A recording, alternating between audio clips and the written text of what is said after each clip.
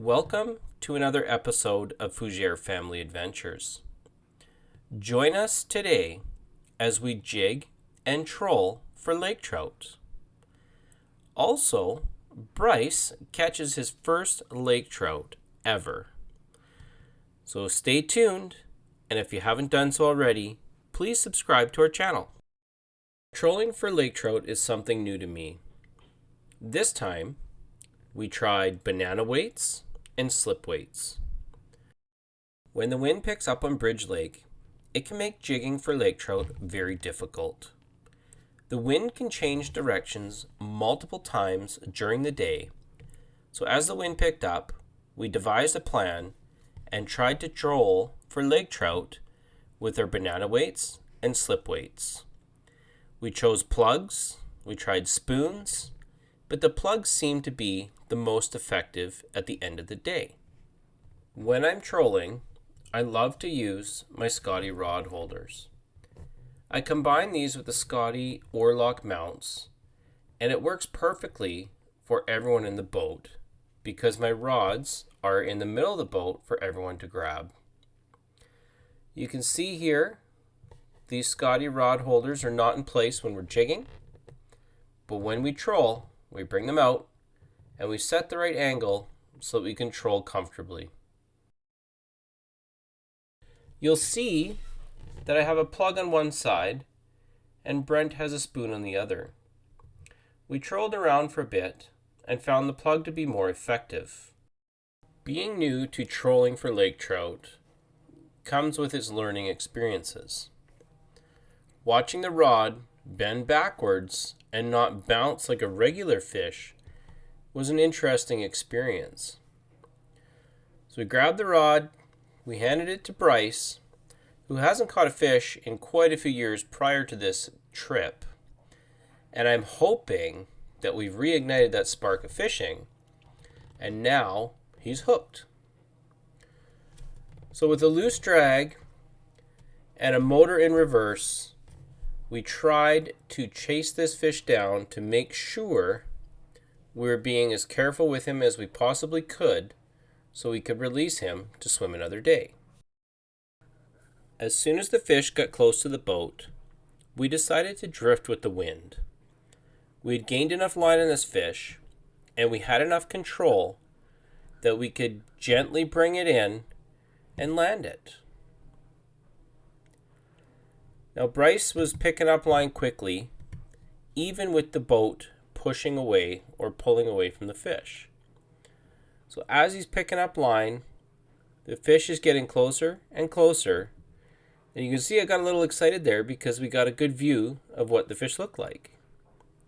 Now I believe Bryce was saying that he was getting a little tired at this point because this fish was pulling pretty good for its size. Now because Bryce was getting tired, standing up was the next best option. The front seat of the boat isn't the most comfortable, and he was in an awkward position when he was reeling in.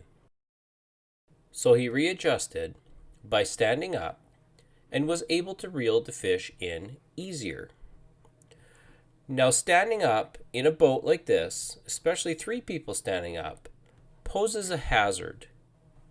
In the wind, your balance can be thrown off a lot easier in one of these boats. So you want to be very careful on how you're standing and what your stance is with the direction of the wind. A couple things to keep in mind when you're landing a fish are to bring it into the net head first, as seen here. Another thing to be mindful of is you can see that the lure popped out and came into the net. We were using barbless hooks. The issue with this is sticking your hand in, like Brent is doing here, can put yourself in a situation where you can get a hook thrown into your hand if the fish thrashes around in the net. Personally, I like to use pliers to reach in and grab the hooks, but if the fish isn't moving around too much and you can grab the lure itself, you might be okay, but you're still putting yourself at risk. We don't always take pictures of the fish that we catch, but when we do, we try to hold a net underneath the fish in case it falls out of our hands. You can see this fish released nicely, and he had lots of energy to swim away and live another day. Like I said earlier, we are new to trolling for lake trout in this style. We knew we were hitting the bottom. We wanted to tap it every now and then, but unfortunately, the dangers of fishing Bridge Lake is that the bottom comes up and drops quite frequently. So in this instance, we ended up snagging the bottom, and I ended up losing all my gear. I lost the lure, I lost the slip weights, I lost it all. So as the wind died down, we decided to jig again, because losing a buzz bomb compared to a lure and slip weights is a lot cheaper when you snag the bottom. Thankfully, Brent hooked into this really nice lake trout. We thought he was huge at first, but they're just fighting really, really well. This fish came in quite quickly, so we landed him, took a quick picture, and let him go to swim another day. As the wind picked up again, we decided to do some trolling for kokanee. Now this kokanee hit so hard that he popped the clip on the downrigger, which is not normal for most kokanee that we catch. Usually, I'm setting the downrigger clips fairly tight so that I can pop them off the clip myself, which I feel gets a better hook set on the kokanee when you're trolling. So reeling these kokanee in, you really want to let them expend all their energy behind the boat. So we took our time and let this kokanee roll and flip and jump behind the boat, so once he got to our net, it was a lot easier to land. You can see the fish coming in on the right side.